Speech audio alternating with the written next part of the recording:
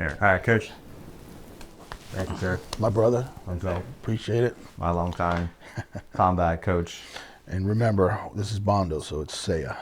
Oh, yes, sir. Would you want to introduce yourself real quick?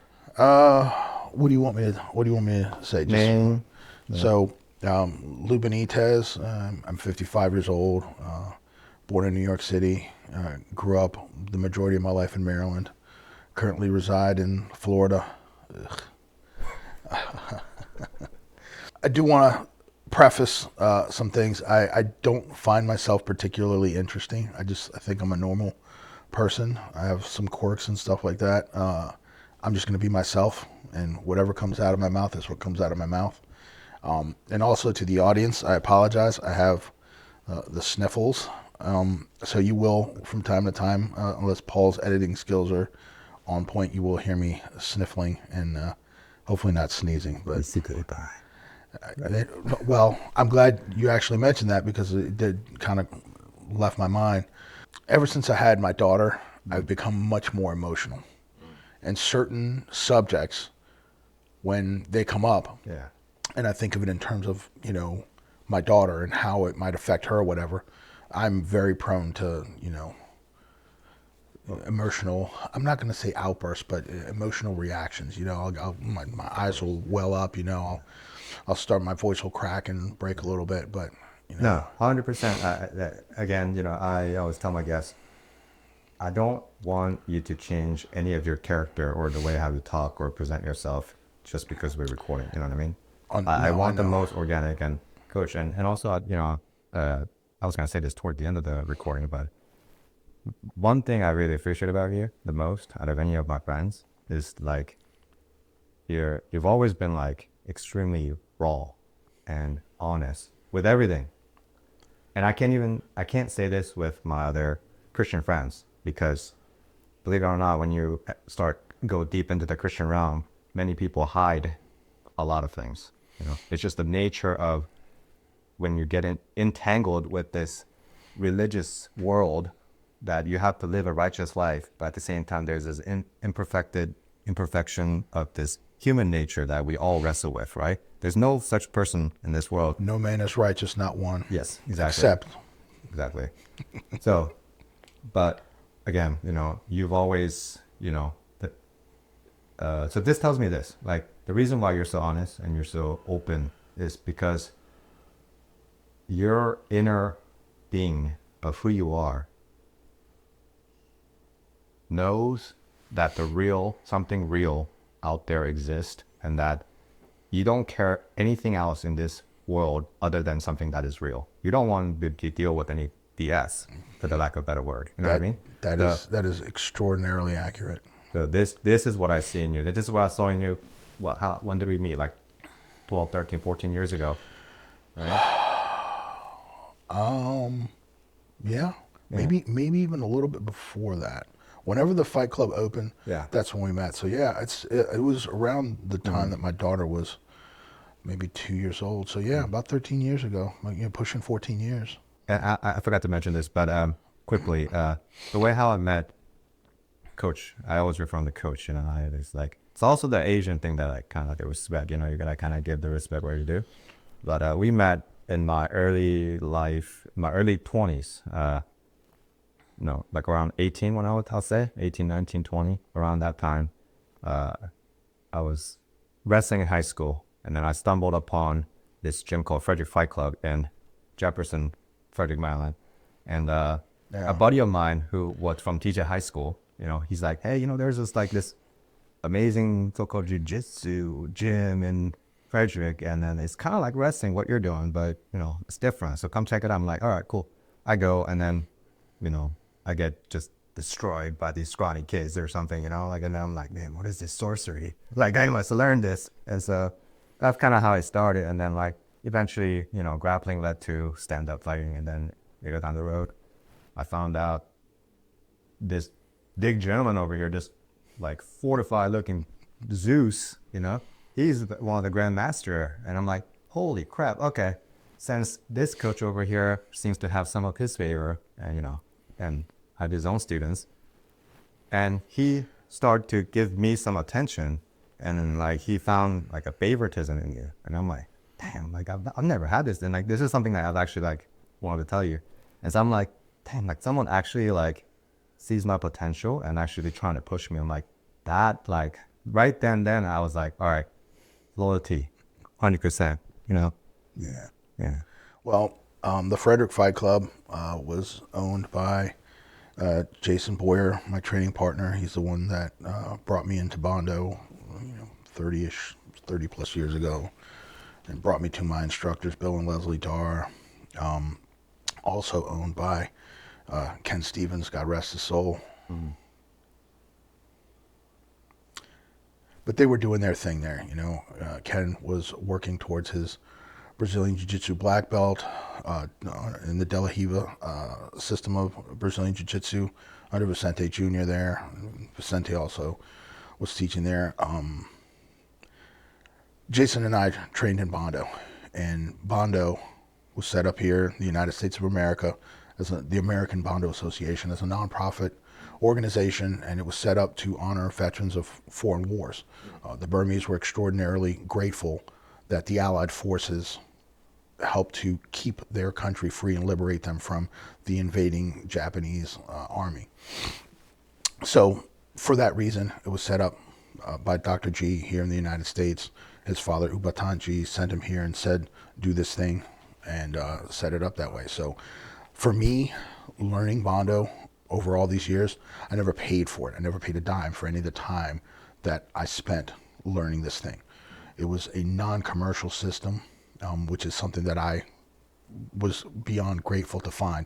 I tried Taekwondo. I tried Japanese karate. I tried Aikido. I tried several different things, and none of it really seemed to have the impact on it that Bando did for me. And again, this is just for me. I'm not denigrating any other martial art, because they all have some redeeming qualities, and they all have similar background. The martial arts, to me, are this tree, and they all have the same root. Some branches went this way, some branches went this way, some branches went this way. But if you go and you look at some of the techniques in these different martial arts, they all have very similar things. There's only so many ways you can throw a punch. There's only so many ways you can throw a kick. Right. So if you have these martial arts that do all these things, there's bound to be similarities. Yeah. Now, depending on the physical stature of the people that are doing it, the Japanese, the Korean, the Thai, the Burmese, the Indian. And now I'm speaking of India, the country, not necessarily American Indians and natives, but from what I understand, they have their own system of fighting as well. You're going to find a lot of similarities, but their body makeup kind of dictates how these techniques are done.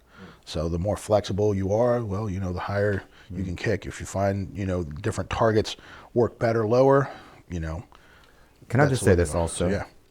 Yeah. I did what's called mixed martial arts. So mixed martial arts is taking technically like all the discipline, and then you combine it and mix it. Yes. Kind of like a form of a modern music.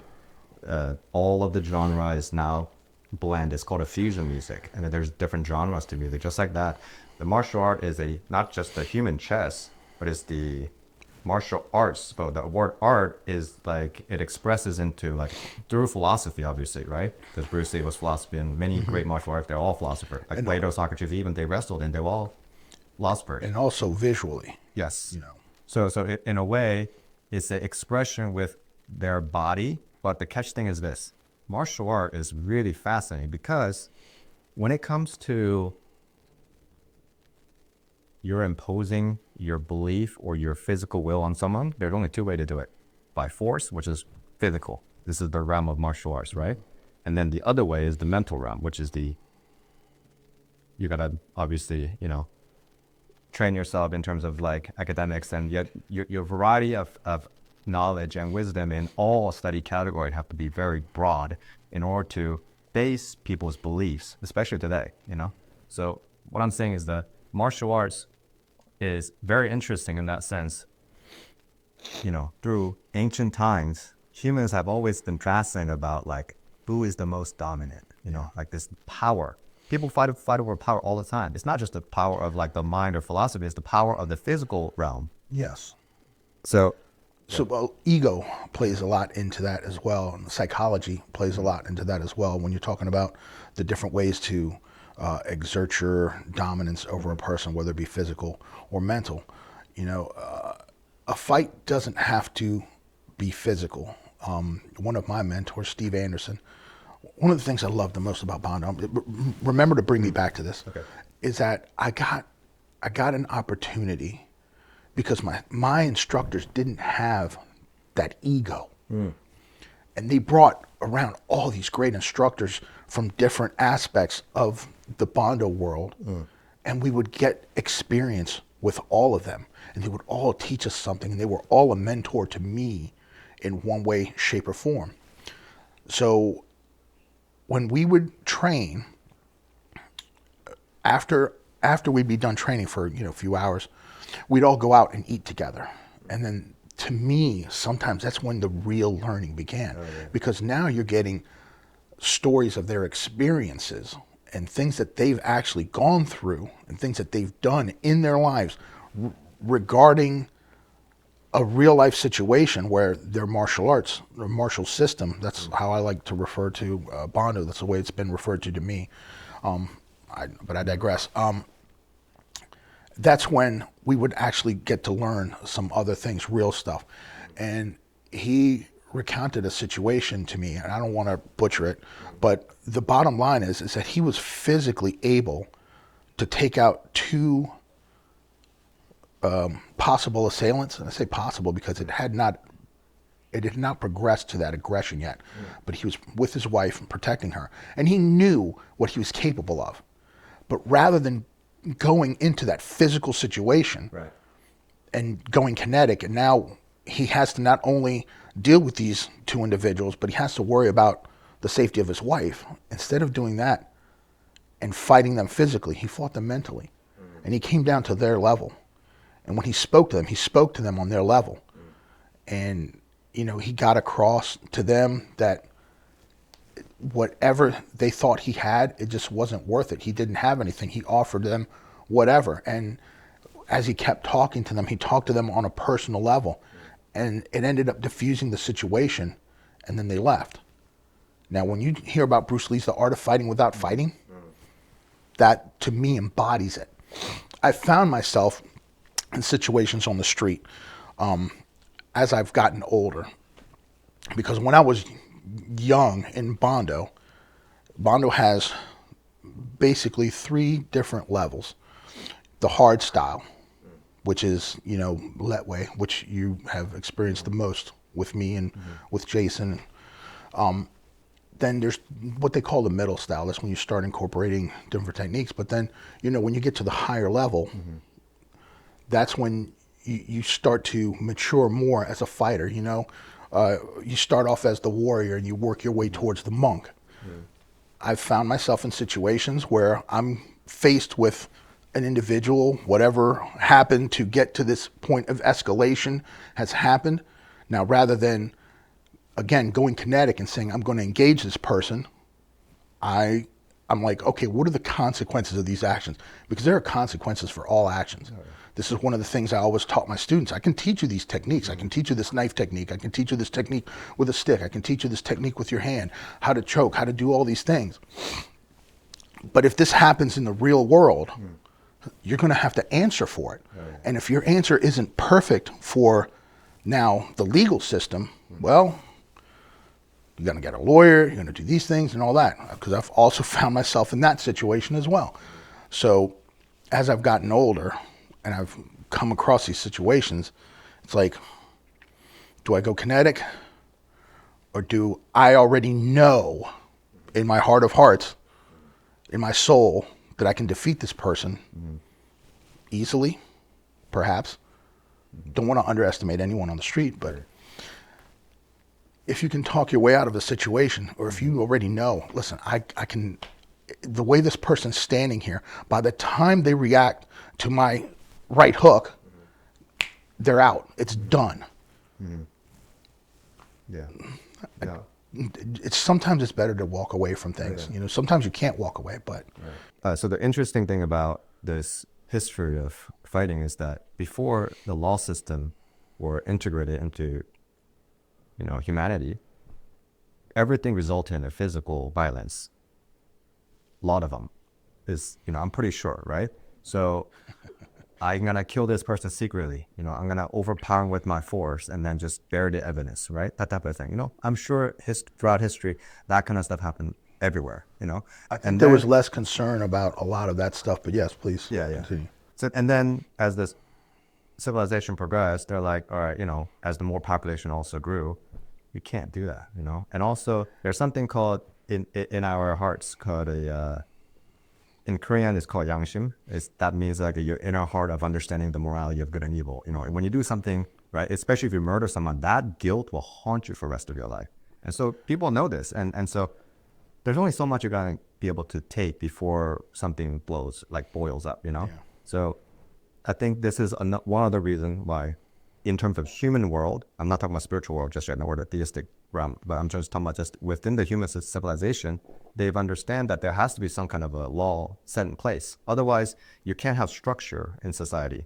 You can't even have and that's one of the reasons why politics was formed in a modern day, right? And it's for the good of the people, or but again, that gets really complicated really fast. Well, I have my own opinion on that stuff. I really think it's more to do with greed, human greed. The whole thing about politics, it's about domination and control. The way it should be, a person should be able to just live their lives unimpeded by someone else interfering in their life. But that's not the way life works, especially today in this day and age. And to the point of violence, they say, violence isn't the answer. And I say, you haven't asked the right question, because sometimes violence is absolutely the right answer. Right. And for me, damn the consequences. Someone touches my child, you will pay. I will make you pay. Whatever ounce of energy, strength I have left, you will suffer, and I will make sure of it. Some people might think that that's crude, callous, barbaric. I don't care. Well, that is the deep world of fatherhood, and which I'm not there. I don't understand that. And I pray that one day you do, because there is no feeling. And I heard this before, and I've been saying this ever since I heard it, that the greatest gift that God gave humanity was not letting people know what they are missing by having children, by not having children. Because when you have a child, something changes inside. It's your soul immediately changes. And it's the most amazing thing that I've ever gone through. Like literally from the moment I saw her come into this world, in an instant my life changed, and I've never looked at the world the same since, and I never will. But back to the whole law thing, legal thing. We've always been under law. We've been under God's law, of course, since I'm glad you're mentioning it. Yeah, and the legal system was originally based on God's law, Ten Commandments, whatever. And this is my opinion. Take it for what it's worth. Whoever I think that is the category is different. There are certain laws and regulations, like the concept of good and evil, that existed prior to human beings, and so the nature of all that stuff is not just my opinion, but it's reality. I agree. Yeah. I agree. So they took God's laws, and they, in my opinion, they sort of perverted them. They took these simple, basic tenets, said, live your life this way. And if you live your life this way, you're what everyone would know to be a good person. And they completely ran amok with it. And now the things that you were able to do just under the normal course of your life, now it's illegal. We take the basic the basic right to defend yourself. And now it's becoming more of a thing where the states are coming around and saying, and this is without getting too political, but I think that the right to defend yourself is God-given, inalienable. Nobody should be able to dictate that to you. However I feel I need to protect my family, I don't even really care that much about myself, to be quite frank. But when it comes to my family, that's a whole different realm for me. And, as I've gotten older, I also realize my limitations as well. So I have a group of friends that we've been training together for years and years. They still train more so now than I do, because I'm down in Florida and they're all up here. And, proficiency with a handgun, it's extraordinarily important, especially under certain circumstances in this crazy world that we live in. But the fact that from Florida to the Maryland state line, I can carry without any problem. But then the second that I hit the Maryland state line, now all of a sudden Maryland says you can't bring that gun in here because you don't have our permit, even though the permit that I have in Florida allows me to carry through all the states that I'm traveling through to drive here. But I hit the state line, now all of a sudden I can't defend myself. Maybe someday somebody will take that before the Supreme Court. But that's the only way that it's going to change in Maryland. Sure. Let me bring out a little bit. This whole intricate law differences of between state to state and from country to country and from region to region. This is a extremely fascinating thing for me. Yeah. But I don't want to go down this path too much because the politics will that's a naturally get involved.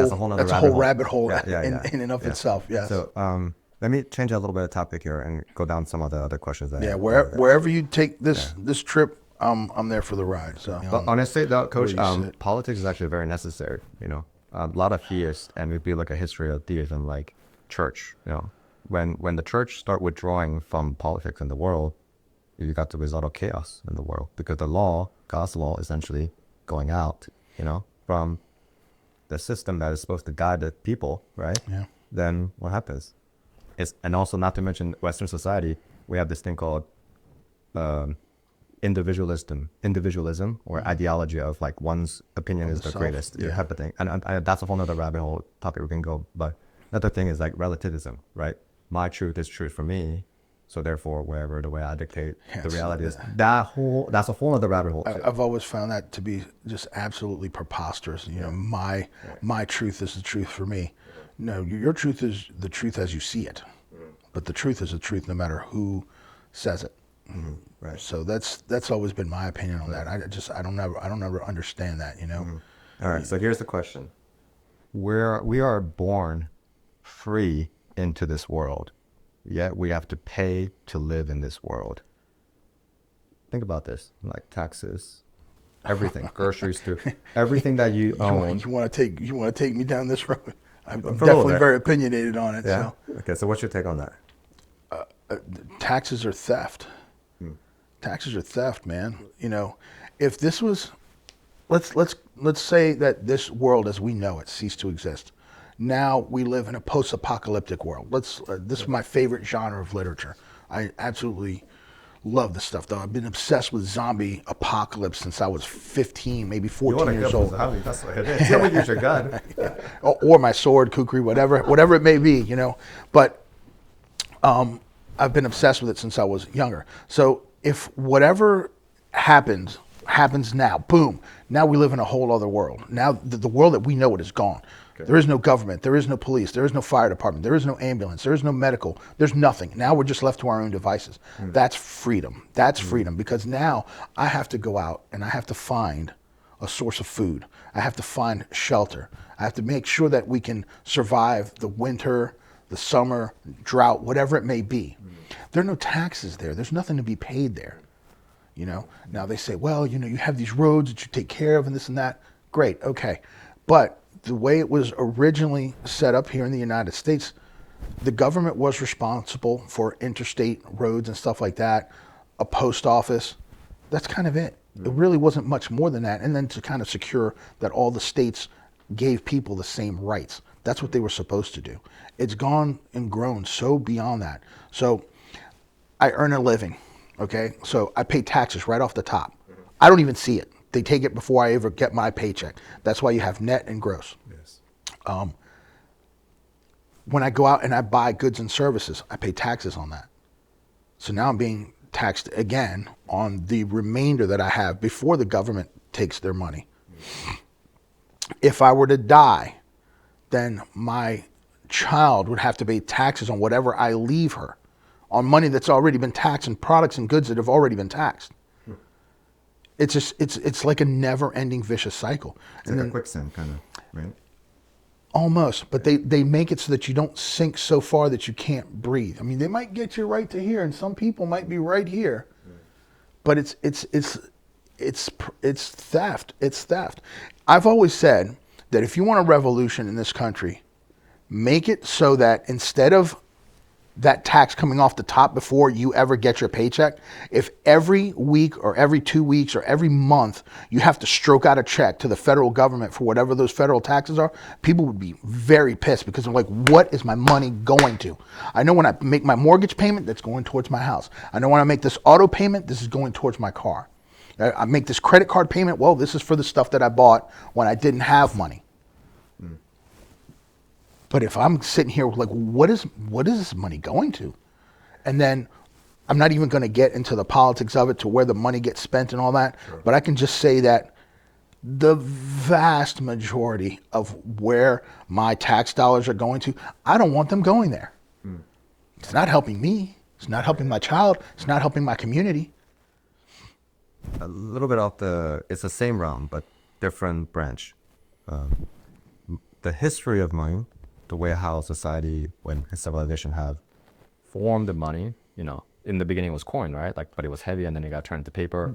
But when it was coin, it was a precious metal. It was either silver or gold or sometimes jewels and stuff like that. Finite resource. Right. Finite resource, but something of also intrinsic value. True. Yes. But my point is that the modern day money system is somewhat of a illusion in a way, because the 100%. concept of credit card and things like that is a borrow money. When you're thinking that a lot of the sense, right? Yeah. But then it's somehow it's all part of this like economy flow, right? Like, in terms of global way to each country's their own economy and things like that. Multiple, corporate, 500, whatever, 1,000, organization to like a small local mom and pop stores and things like that. And money really is necessary when you think about it in a human way, right? Because without humans calling a value and giving a value of what is money, is basically like it's not just a tool, but it's like a symbolic thing amongst humans that this holds the ultimate value. Therefore, we can use this to exchange or buy anything else we want. But before money, there was the barter system. So if I'm a farmer and you're a hunter, I'm growing crops, whatever it may be, corn, whatever, and you're going out and you're hunting, and you get deer and this and that. Well, we're omnivores. I'd like to have some meat, some protein, but I have this corn, and you might like to have some fiber in your diet, right? So then we exchange. Oh, I will give you so many, bushels of corn for so much, deer meat. That's what it used to be, or fish, or whatever it is that you are able to provide. And then at some point, labor came into play, because I needed to fix this thing or build this thing, or you're a blacksmith and I'm a farmer, a hunter, or whatever it is. Then we would barter for that. It was not an exchange of money. Money was not even a thing for a long time for people that didn't have it, because there's always been a different class of people that are, wealthy versus. In a technical sense, with money, you still trade. Like if you're buying goods, you're technically trading it. You're trading time for this illusion, like you said. Right. Because in today's, to make money, time you need time too. So. Yes, but in today's age, where you talk about money and stuff like that, I mean, I don't get cash.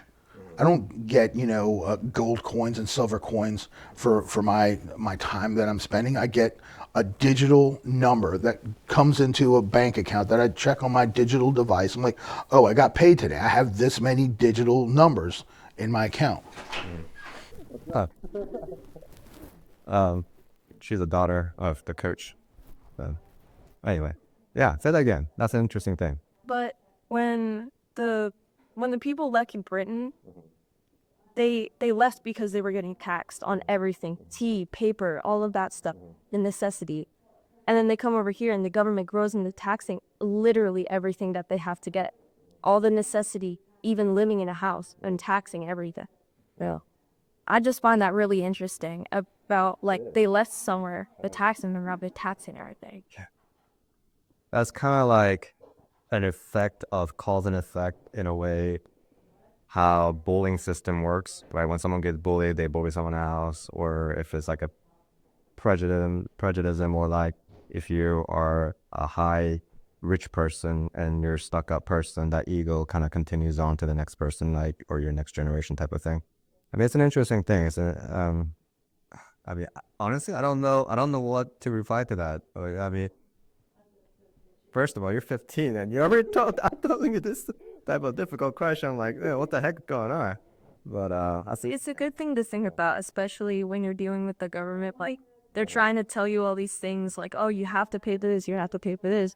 But they left Britain because of the taxing, and then we're doing the same thing here. I just find that interesting. Like, you're making people want to leave, and you're making people not like you. That it just doesn't make sense. So she's got something going on there. I mean, yeah, she's not wrong. Yeah, that's quite interesting. Yeah, interesting. The block on the pair somewhere. And the block you need update. You being interviewed? No. She's just stepping, right? Yeah. Coach is in the bathroom. Yeah, I was just kind of like, I want to participate in it because I found it very interesting about, they left for doing something. She could be my future, guest. Oh my gosh. Well, if you want a young perspective, Yeah. he's Actually, fairly intelligent. you know what's really funny? One of my video genre that I'm gonna do eventually is the mindset of a different era. So like baby boom generation is your generation, my parents' generation. A mindset of that versus my '90s kids, which is, I'm the millennial. I think on Gen X. Oh, you're Gen X? Yeah. Oh, okay. Like, Yeah. she's a baby. Okay. Oh, so you're right between. Yeah, like right Yeah. after that. Okay. Yeah. So it's just like every generation, they have their own like perspective to the world, and it's just like fascinating, So, but this one is Is she your guest right this moment? she or us. Oh yeah, that's it. Yeah, I just find it. Let me think about that and get back to you eventually. Yeah. I definitely have some interesting views, and I'd like to say that I'm a bit different than a lot of people my age, because a lot of people my age don't really care. They're so focused on phone, social media, all that stuff. I feel like I'd like to say that I have a different perspective than a lot of people my age. Good. You know what's really crazy? I was just like you.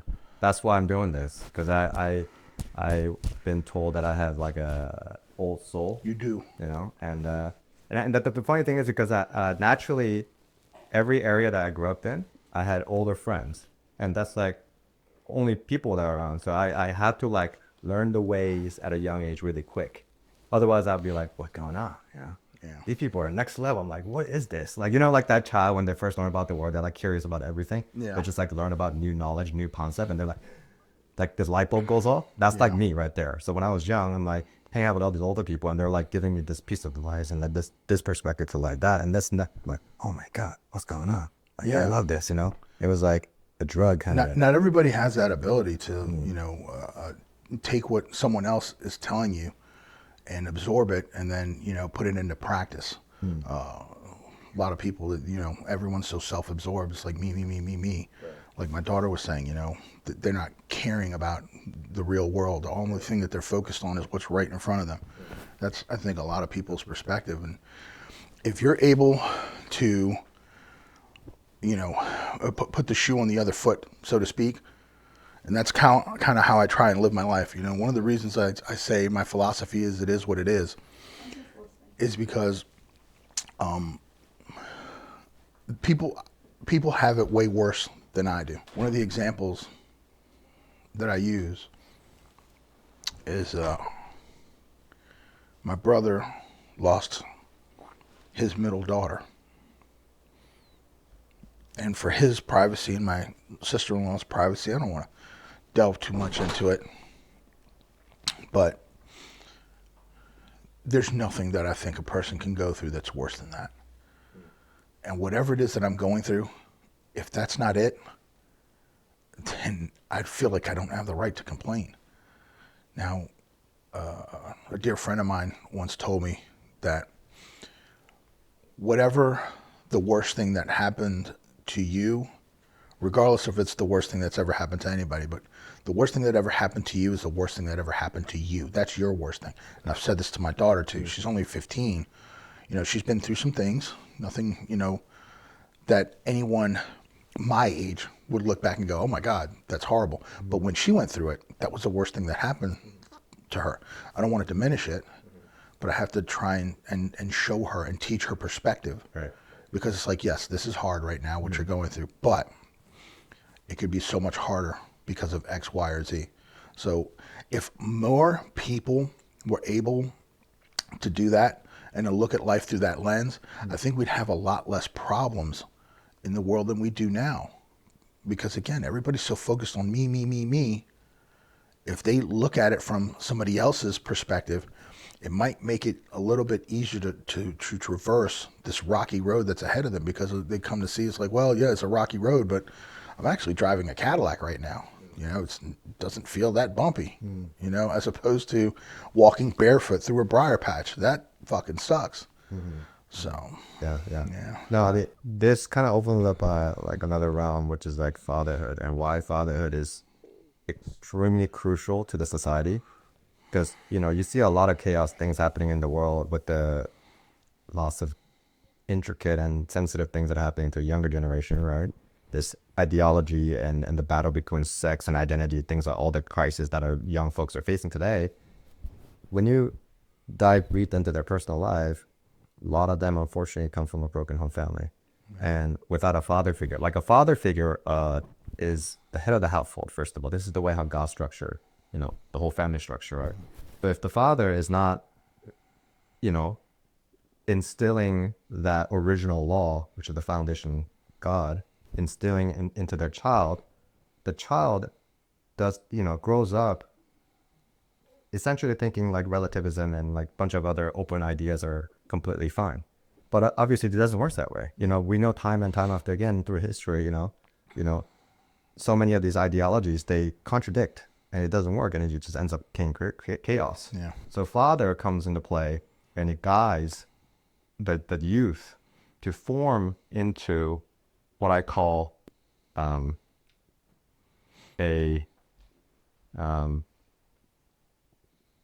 do you call it? Like a proper adult that in which you can send it back out to the society to contribute to society. This is one of the pivotal thing that in Asian culture they focus, and this is why they, you know, consider the society in some ways more important than family, because they're like, well, if it's not for the greater amount of people, then the whole humanity falls apart. That's the kind of concept idea they kind of have in some ways. And so, which is not entirely wrong, right? Which is true. Sure. So, but because, you know, your child is going to marry a stranger one day, right?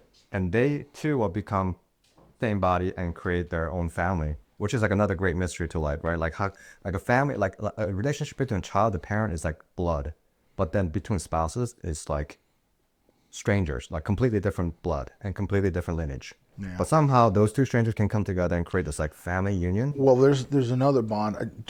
I have a perspective on the family unit based on what you said. Let me go there first, but I do want to say that I think the bond of love can almost be stronger than the bond of blood. You know, it can be as strong or stronger in certain circumstances. That's why there's always these little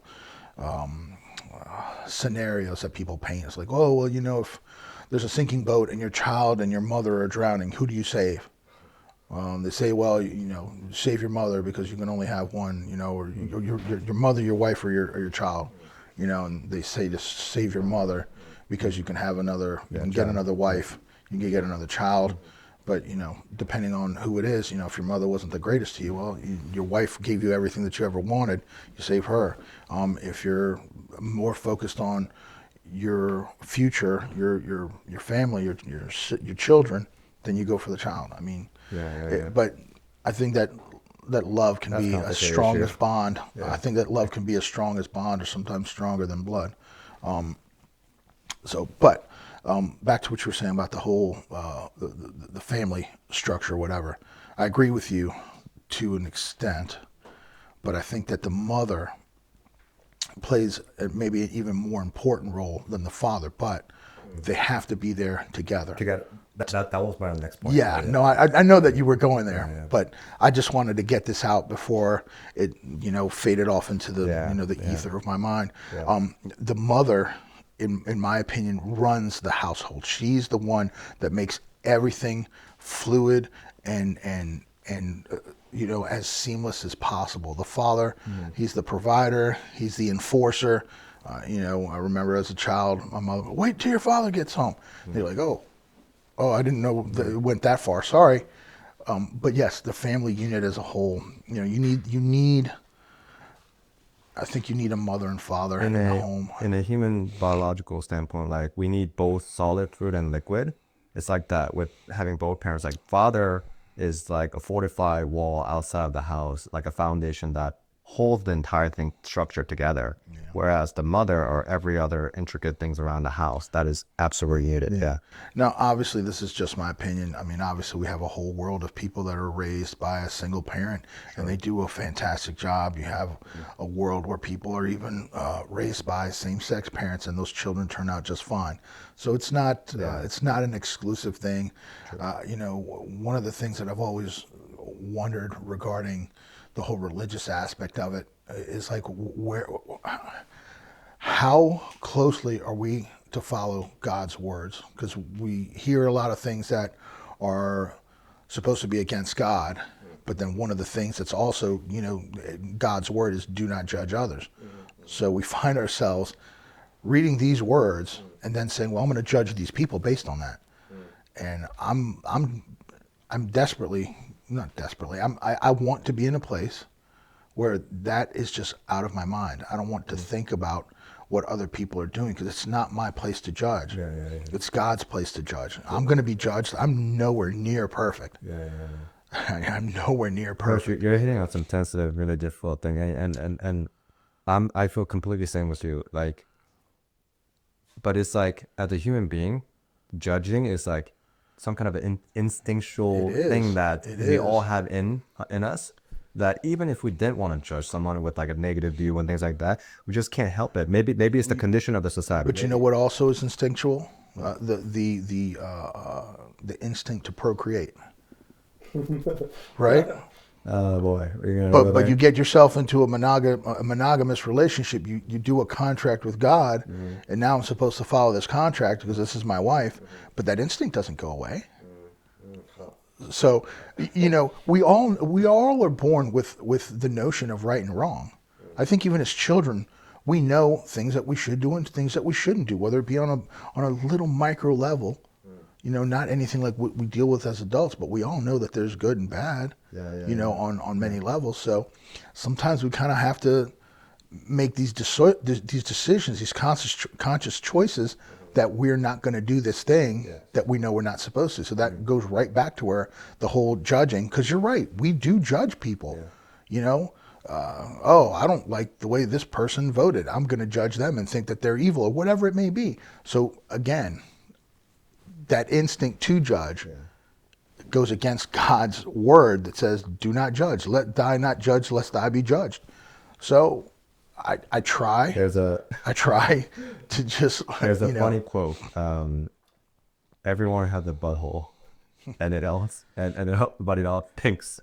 Oh yeah. You know what I mean? So it's like you get the comparison, right? Yeah. Everyone's, we can, all be judgmental at the same time. 100%. Yes. So I just gosh. That's not the direction I was wanting to go, but yeah, that's a whole other interesting topic. Maybe on our second future, we can maybe revisit this topic. One thing about me is I'm like a ferret. If I see a shiny object over here, I'm like, oh my God, what's that? I might be doing this thing, but then I look over here and I see this. I'm like, oh, okay, I'm gonna go that. Like when I get into conversations, I go on these tangents and I walk so far away from whatever the original point was, and then eventually I'll think of something that brings me right back. I'm like, oh, this is where I was. I'm like, before I went on this journey here, I was here. Well, good thing I got a list here. So we were talking about the whole, being born into the world for free and then had to pay, and that's how the taxes. But here's another interesting question going off of that. We're born into this world without a choice. and then we're given free will after we're born. Right. Can you think about that for a second? Well, it depends on your philosophy on it, or your outlook on life and how we're born. If we believe that everything was written and it's all in God's book, and every decision that we ever make has already been written down, then whether we have a choice or not of being born, well, then you don't really have that choice, because here we are. But then we're told that, you know, God gave us free will to make these decisions. But is it written? Is it free will? Are we really making? Yeah. So for us in the moment, 100% it's free will. I'm going to make a left or I'm going to make a right. Here's this fork. I don't know which way I'm going. I'm just going to make a choice. So it all depends on your particular outlook. Sure, but let me take it one step further. So when I say we don't have a choice in being birthed into this reality, many worldview, even in the science realm and everything like that, even like the Buddhism or the pantheism worldview, they believe in the reincarnation of like you get brought into this reality. But reincarnation happens over and over in cycle it back into the physical reality. They don't mention anything about spiritual world. It doesn't, you know, but there's a limit there. Science, Big Bang and stuff like that, it talks about like the beginning of like, but then there's no evidence of the whole Big Bang thing other than the theory itself. And you know, it also requires space, by the way. Well, they say that, yes, it does require faith, but they say that there is evidence of it, because they say that they can actually observe the universe expanding. So, yeah. There's a terminology I should know. Let me say this. Hold on. I'm a dummy. I'm a dum-dum. I hear a lot of things here and there. I like a lot of interesting things that I hear there and there. So I do my best to regurgitate what I heard. I want to absorb it, not just repeat it, and then put my own personal spin on it, which is I think what everybody should do. You know, learning is not reading and then reciting it back to someone. It's like, okay, you're gonna read this thing, you're gonna think about this thing, and then you're gonna take your perspective on this thing. Obviously, we're not talking about math or something very scientific like that. So, but to your point, everything that I've seen regarding the Big Bang Theory is all these scientists that are even atheists that believe, yes, the Big Bang is how everything started. They cannot account for how the Big Bang happened. Right, exactly. What was before it. You cannot, and scientists say you cannot make something from nothing. So, you know, that goes back to the point where you say faith. Yeah, I can't add anything. That's an excellent point. But my point in terms of not having choice to being brought into this existence, let's just kind of sit there for a second, because in a technical standpoint, even with philosophy or whatever, the way how you interpret the reality, right? Like, the fact of the matter is that there is a physical reality. Yeah. And no one can deny that. Like material. Didn't I hear on one of the other podcasts where you're talking about the Matrix or what, the simulation theory? Well, it depends, man. Is my simulation this strong that I've created all this somehow for just me? So I don't believe in that, but you know. I'm actually planning to. I'm gonna record with like a whole bunch of new people this month, like about 10,000 different people. So probably that topic will come out again. So I'm sure. It's an interesting one. It is very interesting. But my point is that we're here. I'll be sure. All right, fine. We can, in a human standpoint, sure, let's make a fair statement. We don't truly know how we got here. Let's take the God out of the equation for a second, just a hot second, okay? Yeah. If we take God out of the equation, that is, right? The point I'm making is that we're here in this reality, regardless of however way we came here, right? So my point is that though, we came into this reality without given choice. Right. Do you think this is like, I don't know, in a human standpoint, do you think this is justice? Because not everybody who come to this reality will make it into the ultimate destination, which we call heaven and hell, right? And here's another interesting thing I'm gonna bring real quick. Death is not a real thing. Death means our physical body dies. We will enter into the eternal realm. I know that sounds subjective, but hear me out. Even in hell, you will exist in hell. That's the thing that theists oftentimes don't really emphasize. And people really hate that idea because the fact that you get tormented for eternity it's like you can't fathom that, right? And people, Correct. and not to mention, why if I deny this, Old Testament, like, this ruthless God who wiped out the Canaanites and like just his injustice, like, but again, they don't know the Bible, the whole entire story to the whole Right. creation, right? Right. So they're just saying it, and oftentimes a lot of the world people, they just go off of what they heard too, or like even like the rumors and things like that. They don't really go for this truth search, or this what we call the spiritual journey, right?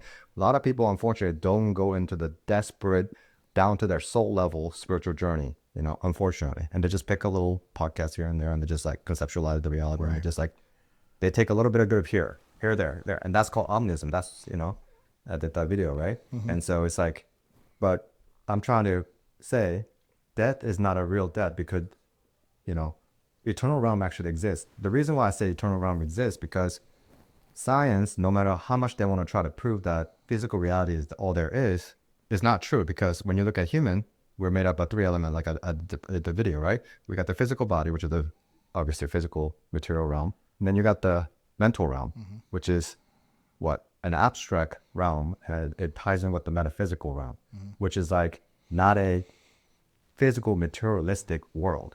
And then you obviously have the spiritual realm, Because the mind and the brain are not the same, mm-hmm. right? They cannot be the same. The mind is not a materialistic thing. So what I'm saying is that opens up a doorway for possibility of a spiritual world being real. You see what I'm saying? Mm-hmm. So when you get into like the whole scientific argumentation of like if God exists or not, mental realm is like the middle bridging ground in which both materialist and also the spiritual people mm-hmm. can somewhat share a common ground, right. essentially. So this is why I say, but obviously I know in my faith, I know, but this is again still in my belief system, right? Well, according to the world, but eternal realm is so real, it's more real than a physical world, because I've experienced it actually, mm-hmm. and I know that sounds lunatic and it sounds crazy. No, we talked about your experiences. Yeah. So again, the idea of death, that you will exist in hell for eternity, because eternal realm by definition means that it is beyond time, space, and matter. Time, space, and matter only applies here on a physical earth. Mm-hmm. Yeah. So whenever I talk about this, people generally also don't really think about eternal stuff, because they're very skeptic about if it's real or not. It's just like imagination. It's a fairy tale story. Everybody's always in the here and now as right. opposed to the... Right. So we're given no choice to come into this reality. But from a theistic standpoint, okay, we come into this world and then we're actually given a free will to choose good and evil. And that in itself is actually really mind-blowing. The more you think about that, it's crazy, because here's the all-creator God, beyond space and time and conceptualization of all creation in terms of sound, visual, light. There are 4 different forms of light and all that, but it's like he's beyond every conceptualization of like one's mind can comprehend what reality is. That's God, right? So God creates human beings in his image and then allow us to experience what's known as existence. That is like insanely profound, right? When you think about this. And so like human beings grow and we learn so many intricate things and like mysteries to life. We can experience, how many different experiences can human experience, right? Right. There's hundreds, if not thousands of different lifetime. Right. Yeah. And that's another crazy concept to think about, And then you're telling me that this God gave us a free will to either choose him or not choose him on top of that, man. And that he didn't actually say that, all right, you are all my children, therefore you have no choice in choosing me or not. Because a human right. by definition will not be human in that point, because we have the thing that distinguishes human to animals is that we have ability, sentient ability. Yeah. And the fact that we can think and reason, that alone puts us above any other living creatures here on Earth. Yeah. And then the funny thing is, like humans now are like trying to create AI and like, download consciousness. We're trying to play crazy. God. Yeah, exactly. Playing God is that there's a handful of different ways, like cloning is another one, Yeah. But anyway, that's a whole nother rabbit. I'll say that for next time. But my point is that we come into this world without a choice. I'm like, man, there's some kind of a deep mystery there, because I certainly didn't, like, I had no saying. It's not like I existed in like an eternal realm and be like, hey, I'm gonna send you to Earth now, and do you want to go and experience what human is? Like, do you want to experience like what it's to be like a mortal being, bearing flesh, blood, able to Joy, pain, every 27 different human emotions, to like, you know, you want to experience consciousness, you want to experience existence, like all that. And then like, but we didn't give any of that saying, right? We're just like, boom, and we're just like somehow come into this world, right? Your mom and dad, you know, that special, intimate, right? You know, but anyway, either way, we come into this world, and yes, you can only come in one way, people, into this world, through male and female. Yes, okay. So, but my point is, like, afterwards, you're given free will. And I'm like, man, I'm so perplexed by this. I'm like, man, you know, that whole subject of free will and determinism, I'm going to talk about this to like pastors and other different people. And so it'd be interesting to get their take. I want to get this take on from every worldview, essentially from the world of science and everything like that. But there are certain aspects to determinism I do believe that it could be possible. And then I also strongly believe in free will as well. So there's part of me where I do feel like it could potentially be both in some ways. Like both can, now the duality concept, it's fine. This is organic, coach, it's all good. The duality concept, when you go into the whole good and evil world, that's a fascinating world too, right? Yeah. But duality, in some ways, in terms of nature, it could also exist. But I'm wondering if this concept, this idea of free will and determinism can actually coexist together. Like, because, again, everything's like intertwined, intermingled with one another, because you can't create human beings without free will, right? Because that won't be humans at all. Correct. You know? Yeah. But then you also have, it's like in one way you look at the life, you know, you say that, but then the way my wife and I met, and at that stage of my life, I didn't think I'd ever have a child. You know, it was in my, you know, mid to late 30s, and I'd been in relationships, long-term relationships, and I never had a child, never got anyone pregnant at that point. I'm like, I didn't think it was in my cards. And the way we met, I don't feel like it was by chance. I don't believe in coincidences. Yeah. So, and then it resulted to me, the greatest love I've ever known, the greatest joy I've ever known is having my daughter. So was that fate? Was that determinism? Or did God just, you know, maybe make sure that on several different instances our paths crossed until we connected? I don't know. It's weird. You know, I feel that I made all the choices that I made up until that point. Like, the craziest one to me that popped into my head is, at that time in my life, I wanted to be in a relationship. I wanted to be in a long-term relationship. I wanted to be married. That's what I wanted. And I got onto a dating website, and I thought that, you know, I went onto a dating website, and I came across her picture on there, and I was smitten. I was like, oh my God, you know, she's gorgeous, you know, and reading her bio, sounds like she wants some of the same things that I want. And I thought about sending her a message. And then a thought popped into my head out of nowhere. It's like, well, I don't want the story that I tell my children of how I met their mother was through a dating website. And, you know, not to diminish how other people met, because that's not my intention, but just for me at that moment, that thought popped into my head. I'm like, yeah, I don't want to do that. So I didn't. And then, you know, we ended up crossing paths one day. Then we crossed paths a few months later, like just in passing.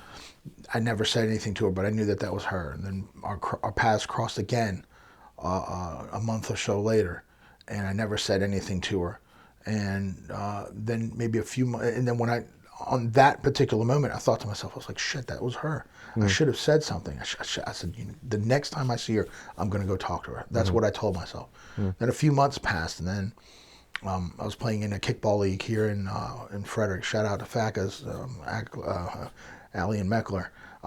They had a kickball league here, and they threw a little social gathering for people from the last season to meet people that that are now joining. And then when I walk up the stairs at Firestones in Frederick, and I turn the corner, I see her sitting there talking to a mutual acquaintance, and I'm like, I made a beeline to her, and I went and spoke to her, and the rest is history. Now I have my child. Now the crazy thing about this is, when I was looking on Match, you look based on your zip code, and it said that she was Frederick. Well, guess what? She wasn't. She was living in Nashville, Tennessee at the time. She came home for Thanksgiving. That was the first time that I saw her. She came back around Christmas. That was the second time that I saw her. And then in April of that year, she had just moved back a week later. And then that's when I met her. And then we've been together ever since.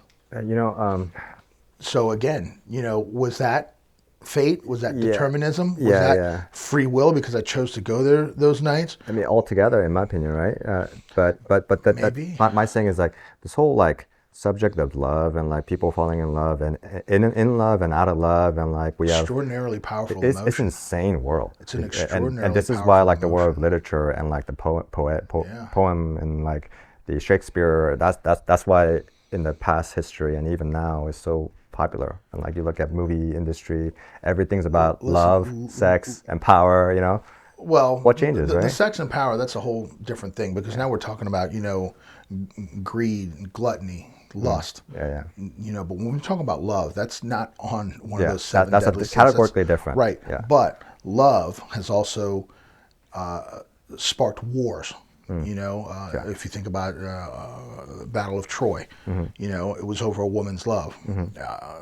So it's an extraordinarily powerful emotion. It can lead people to do cause stupid a lot things. of problems in this. No, it's the men that cause the problem. Let's be serious. Let's be frank about that. But love is, I think, it's the most powerful emotion that we have.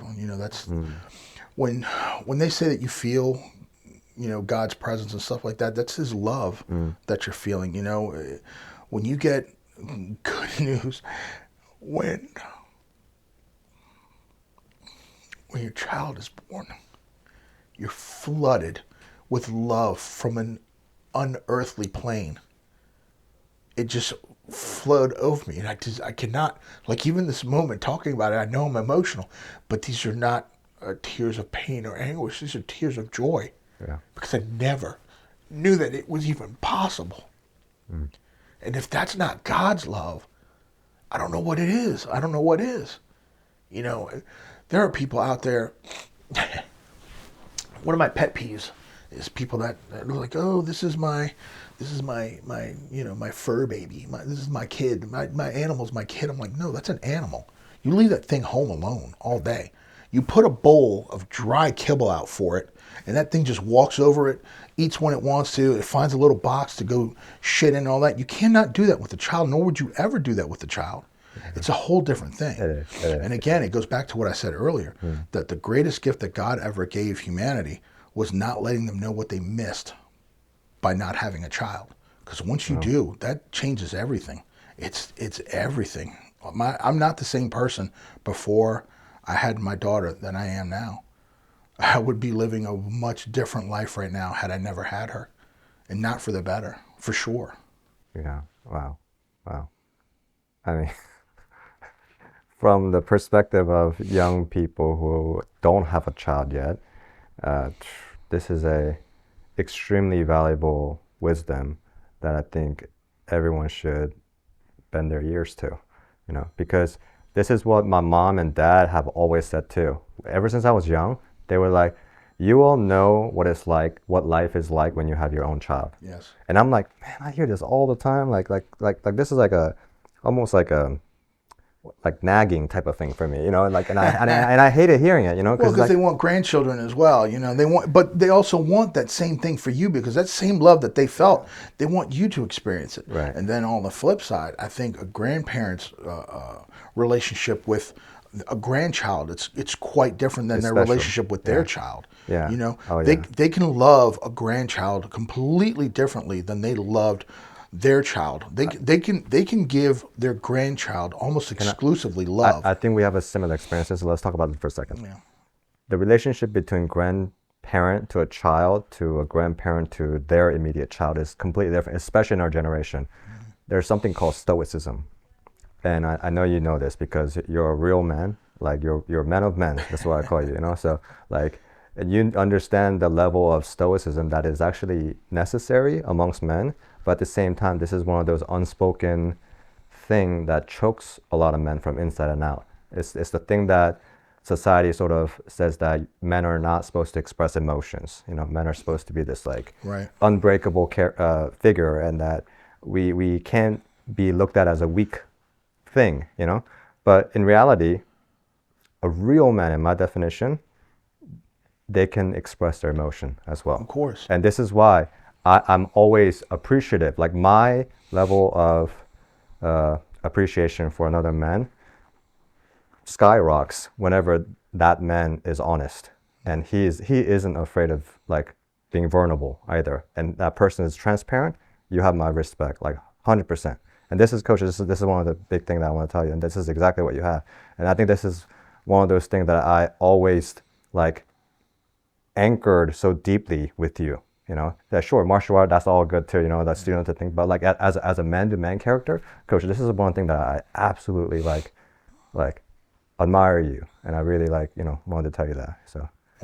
I really, truly appreciate that. You know, I hold you in extraordinarily high regard. And back to what you said at the beginning of the podcast about my honesty and stuff like that. Mm-hmm. It's easy to be this honest, this vulnerable with someone that you love. And because I do love you. Yeah. Our relationship started off as, you know, teacher student, you know, master disciple, however you want to look at it. But then it became something more. It became a friendship, a brotherhood, a bond that we share that's unbreakable. You know, I don't know about how it'll be in the hereafter, but I feel like the emotions, the memories, the feelings that we make in life, that's what we get to carry with us, because all the material stuff is that's somebody else's at that point. Whatever car I have, whatever house I have, whatever trinkets and baubles that I have left, that goes to someone else, that my child, my grandchildren, or some stranger that happens upon it. It doesn't matter, but I get to take these feelings, these emotions, these memories with us. So I feel like in the afterlife we will be able to reconnect. Yeah. You know, and 100%. You know, it's another really fascinating. Before I came out, I listened to a quick podcast, and this gentleman, it was actually a round table with Jordan Peterson and many other really high level, you know, people, Jonathan Pejao. Yeah. But so one of the guy, I forget his gentleman's name, but he said that we live in a relationship-based reality. And I'm like, man, like, I've never actually heard someone like quite express it that way. And it's so true, because like, if you think about a man to God relationship, that's a relationship for sure, right? But that's a categorically different relationship. Sure. Human to human is another category, and then even within the realm of human to human relationship, like family relationship, then the dynamic between father to son is different than that of a father to daughter. A wife to husband relationship is different too, and that of you to your parents, and et cetera, et cetera. And there's all kinds of different colors of relationship we can have. That's another fascinating thing, right? And then you have the world of language, which is like, a language is what? A communication. It's like language is the most intimate way of communicating one's ability to understand this world to another person in which they live in that, whatever their own world too, it's like, but nonetheless, like it's a form of communication.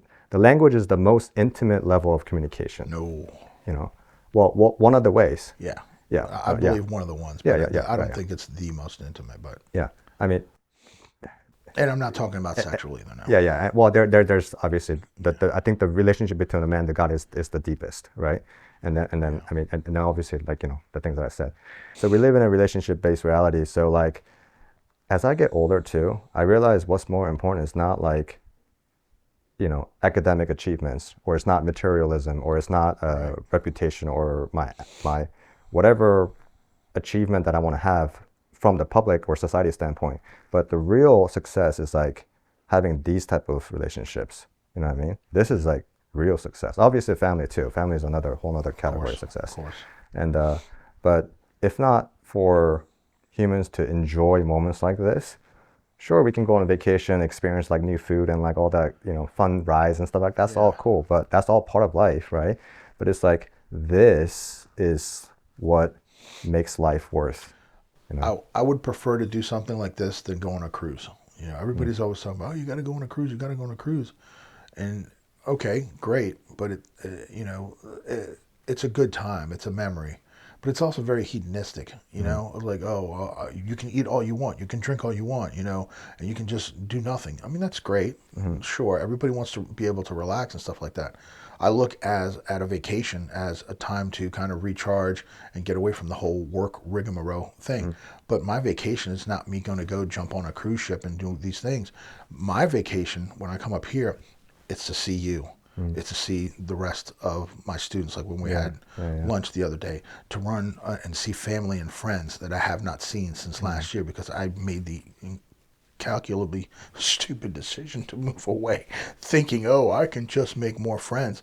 Because in my younger self, because now I've been gone almost 9 years, so when I made this decision about 10 years ago, I didn't think the way I do now.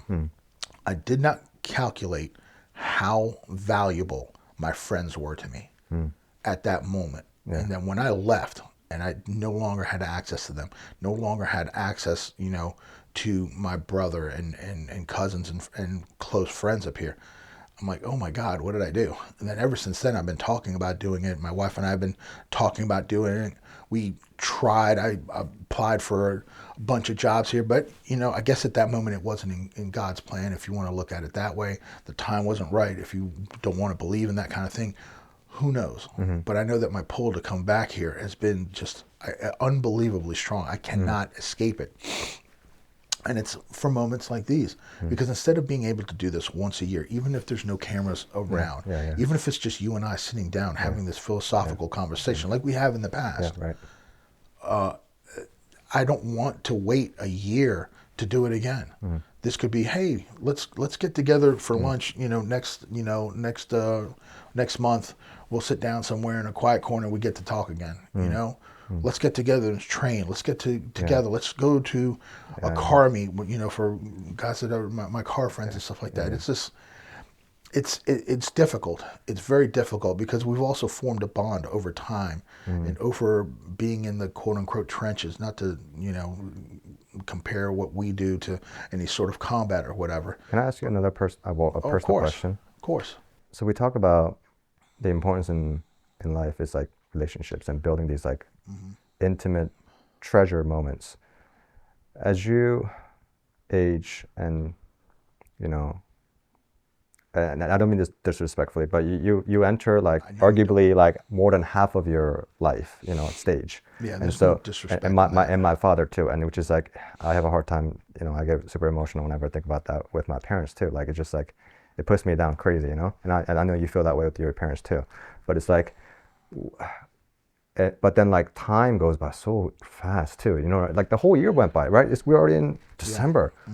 It's like 2024 just started like around the corner, and now we're just like at the end of it, right? We are, yeah. And so like, and then you obviously see your children growing up really fast, and then at the same time your parents are aging, and then like their memories are fading, and I'm watching my dad deal with burial of his father 5 years ago, 2009. Like, you know, my grandpa had a Parkinson's and like, you know, diabetes, and like it was just really bad.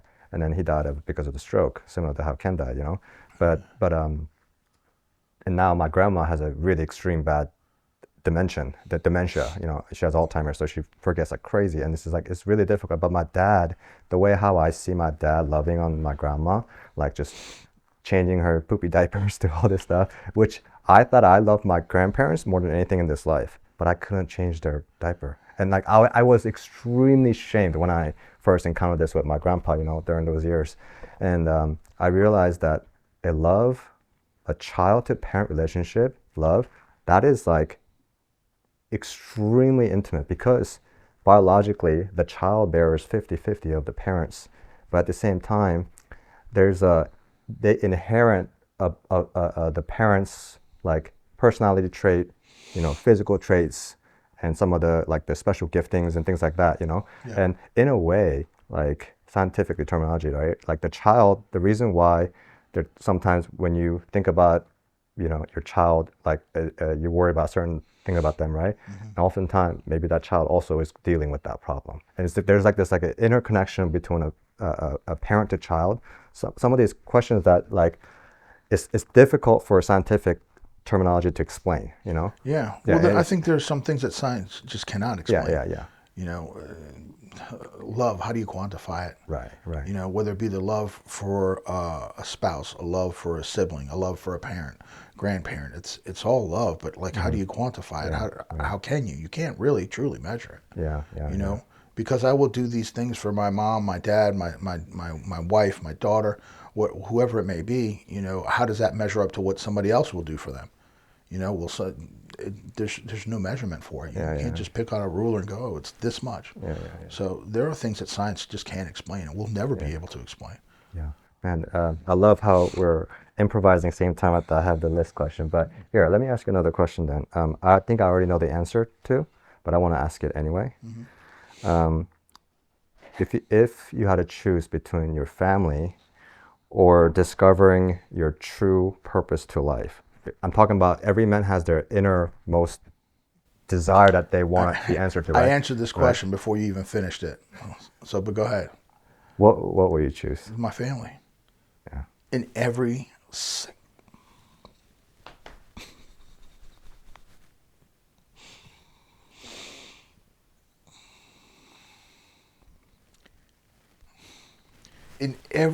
single imaginable, conceivable reality, I would choose my daughter over whatever I'm supposed to do.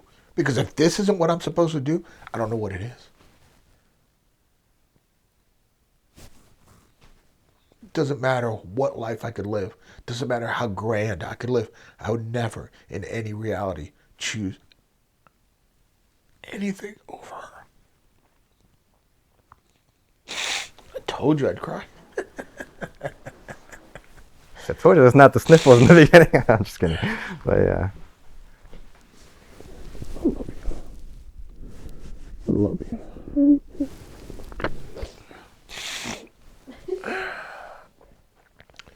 That's the easiest question I've ever been asked. You know, every single guy's like, they say that like a lot of my young, fresh married guy friends tell me like their nightmare is to have daughter because they're like afraid that it's gonna change him and it's gonna wreck him send him into a whole nother world. So I told my daughter, I told her that, I said, you're my favorite daughter. And she's like, I'm your only daughter. And I'm like, no, you're not. I've had dreams where I've had families with other people that I've been with in the past and stuff like that. And just when I wake up, it's like a nightmare when I have those dreams because I don't have her. And it scares the shit out of me. I'm like, I pray that these movie scenarios that I've ever seen where you wake up and all of a sudden the reality that you were in is gone and now you're in this new reality. And it doesn't matter whether I'm rich, whatever, famous, whatever. I've lost my child. Now I'm in this new reality. That's the worst thing that could ever possibly happen to me. So when I tell her that she's my favorite daughter, I mean, if you believe this whole multiverse theory, if you look at, you know, the superhero movies where they have a multiverse where, you know, you're one person here, you're another person here, you're another person here. Well, out of all those realities, she's my favorite daughter. So That's what you're saying. Yeah. So I'm gonna ask you this. Man, that father's love is something else, isn't it? Right? Like, yeah, and I would never, like, I could not imagine having a son and having a bond with him the way I do with her. You know, they make it seem like, you know, the ultimate thing is, oh, you know, you're a man, you want a boy to carry on your legacy. I don't need a boy to carry on my legacy. I don't care about my name. I care about whatever experiences that I've had that I can pass on to my daughter that'll help her through life. I don't care whether my name continues, as long as she continues and she is happy and fruitful in her life and she's able to be successful in what she wants to do. I don't want her to struggle. My goal, what I want to do before I depart this world, because one thing you said we're all gonna about die. time moving fast, and you said, you know, you didn't mean any disrespect by it. Yeah. Take no disrespect by it. I have so much more time behind me than I do ahead of me. I don't know how much time I have left. In my mind, I can see me in the future, and I can see me accomplishing this goal that I have. And my goal is to have a home and a homestead that is paid off, that I can leave to my child, so that she doesn't have to struggle with having to buy a house. I don't want her to have that struggle. She's going to have struggles in life. There's no avoiding them.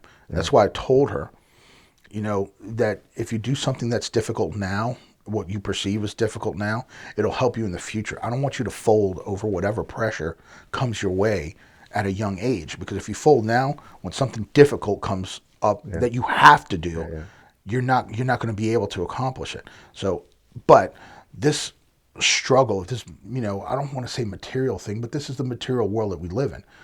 Houses and property is getting so expensive that it's pricing so many people out of home ownership in the future. I want to make sure that she doesn't have to have that struggle, that she'll always have a roof over her head no matter what. And she won't have to depend on another man to do it for her, because it's hers and it's her own. And the other thing that I want, let me finish on this, because, I'm helping to raise a girl. Obviously my wife is involved in the process, not just me, but the things that I taught her are things that my wife has said that she never had to do in her life. And I just feel that she's been blessed that she's never been faced with situations that I've been faced with. And I think women are more often a target of violent crimes than men are. So that's why I've been teaching her since she was younger to be able to defend herself. And she got into a physical altercation earlier this year. Was nothing too serious, thank God, but it started off with a friend of hers that was kind of like play fighting, and my daughter didn't want any parts of it. And the friend wouldn't stop, and it progressed and got more aggressive. And then one of the first things I taught my daughter, because she has long hair and people like to use that hair to grab, I taught her a technique to kind of, to work around the hair grab. She did that, worked her way around the girl, and ended up getting in her position to where she could choke her from behind. The girl's hand was still on her hair. My daughter's behind her.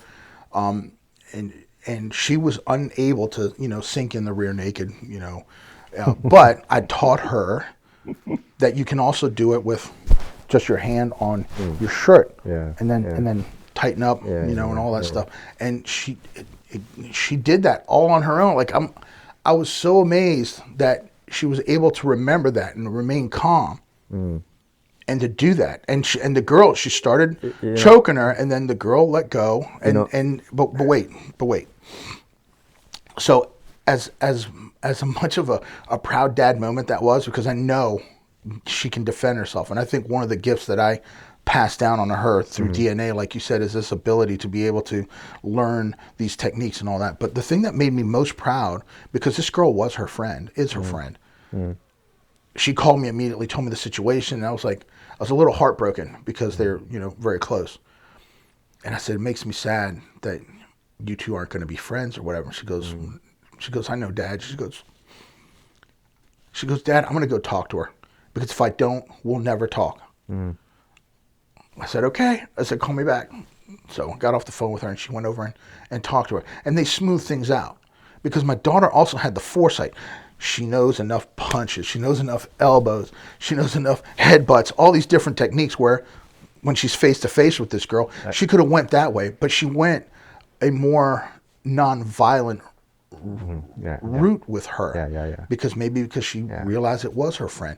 So she, again, she diffused that situation, and then she smoothed it back out. I'm more proud about that than the fact that she was able to defend herself.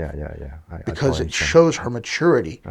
At just 15 years old. You know what this reminds me of? A couple of things. And there's a huge thing that you just taught me, actually, in the midst of your sharing your conversation, which I'll mention in a minute.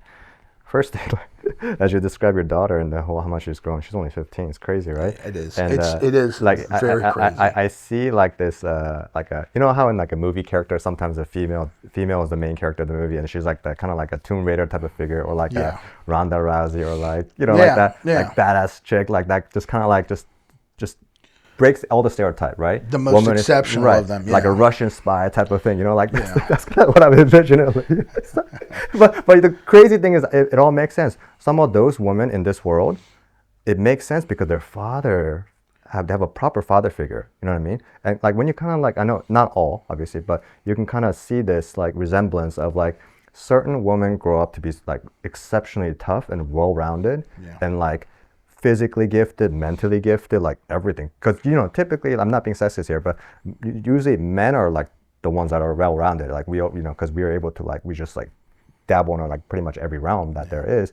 But whenever in society, every now and then when I see a woman come up and be like, she's just like takes over everything, I'm like, holy crap, that's the kind of chick I'll be interested in. Like, you know what I mean? So, but like she has that kind of trait. That's amazing, you know. She's an exceptional young woman. And you know, the thing that you just taught me, you know what that is? What's that? So in Asian culture, the lineage book is extremely important. My grandpa actually modified Lim Dynasty, and he have collected roughly exactly around 600 years worth of Lim Dynasty names. Oh, There's wow. two different limbs in Korea.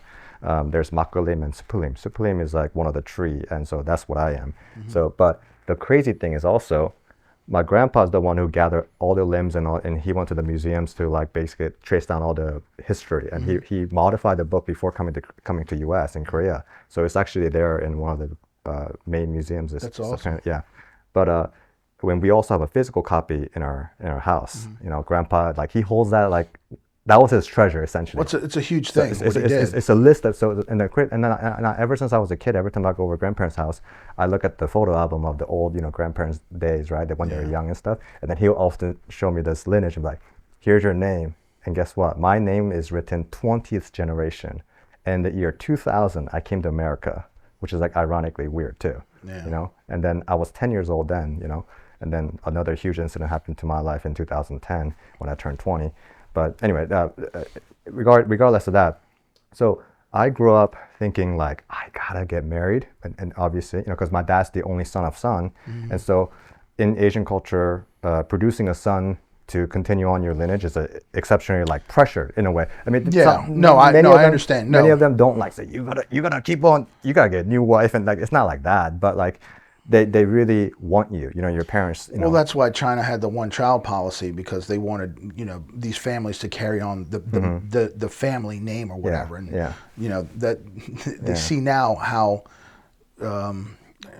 idiotic that was, because, you know, all these firstborn females or you know, females in general that they had born, they were aborted, killed, whatever, drowned, whatever. That's it's awful.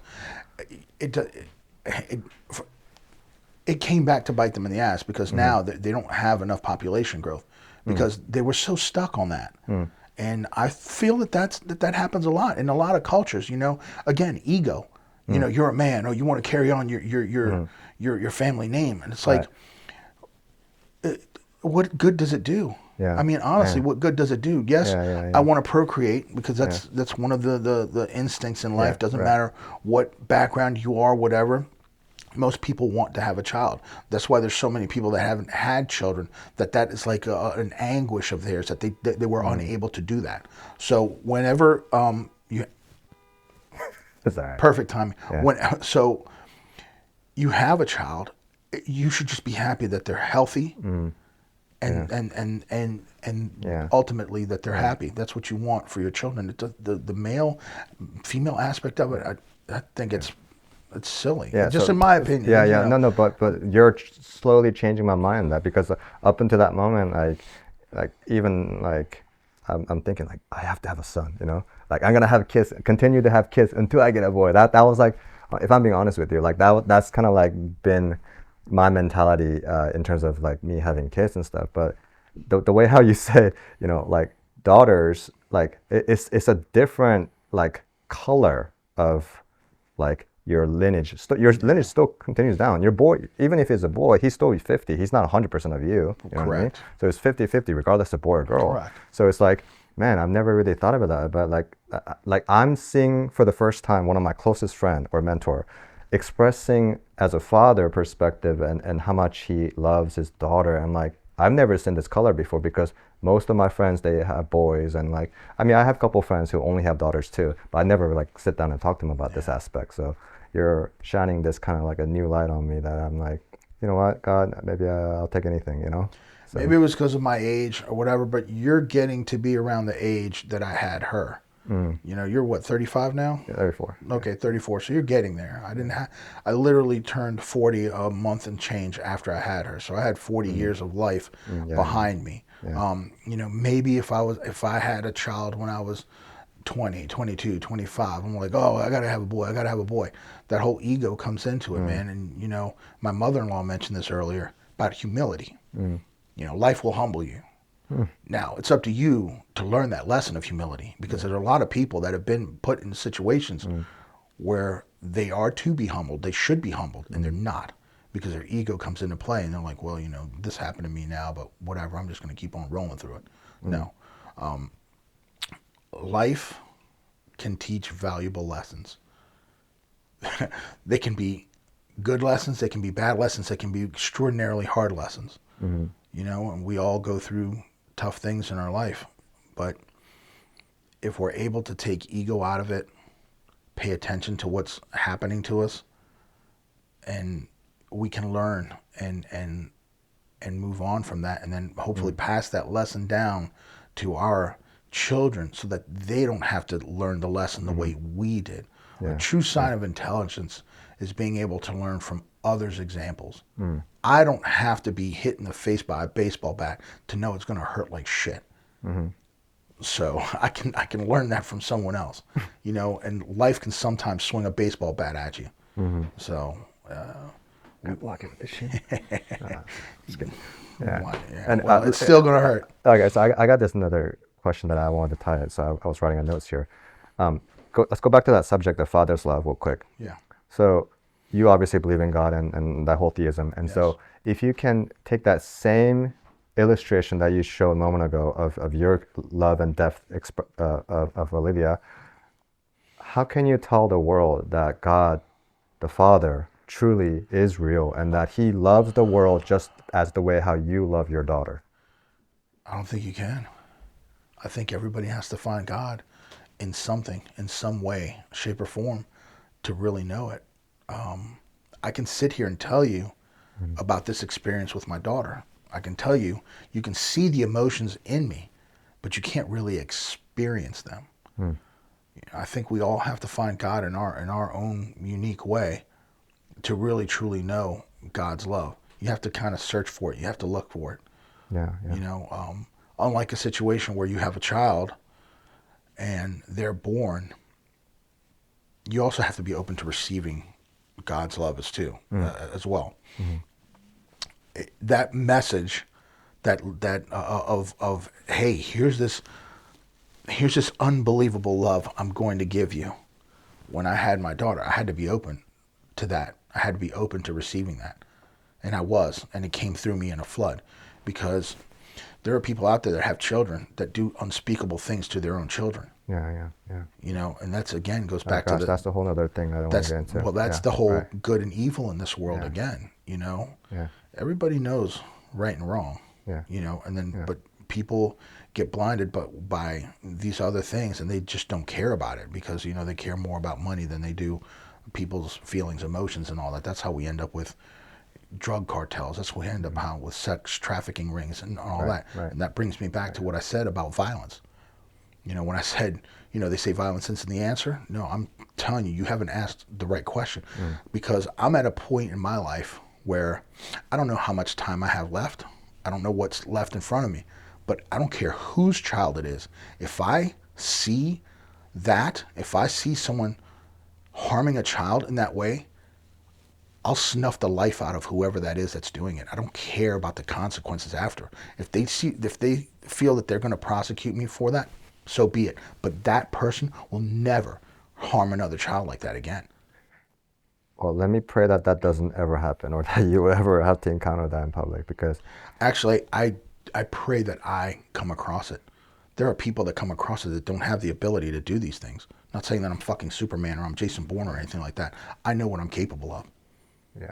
And those children, there are children out there that are being hurt today. Well, And I know so- that you will protect them, and then that's exactly why I don't want that scenario to I happen know in the what you're first place. saying. I know You what you're saying, but I'm saying these children, they need someone to save them. They need someone to advocate for them when their own parents didn't or couldn't, you know, if they were snatched away. Because all I can think about is, what would I want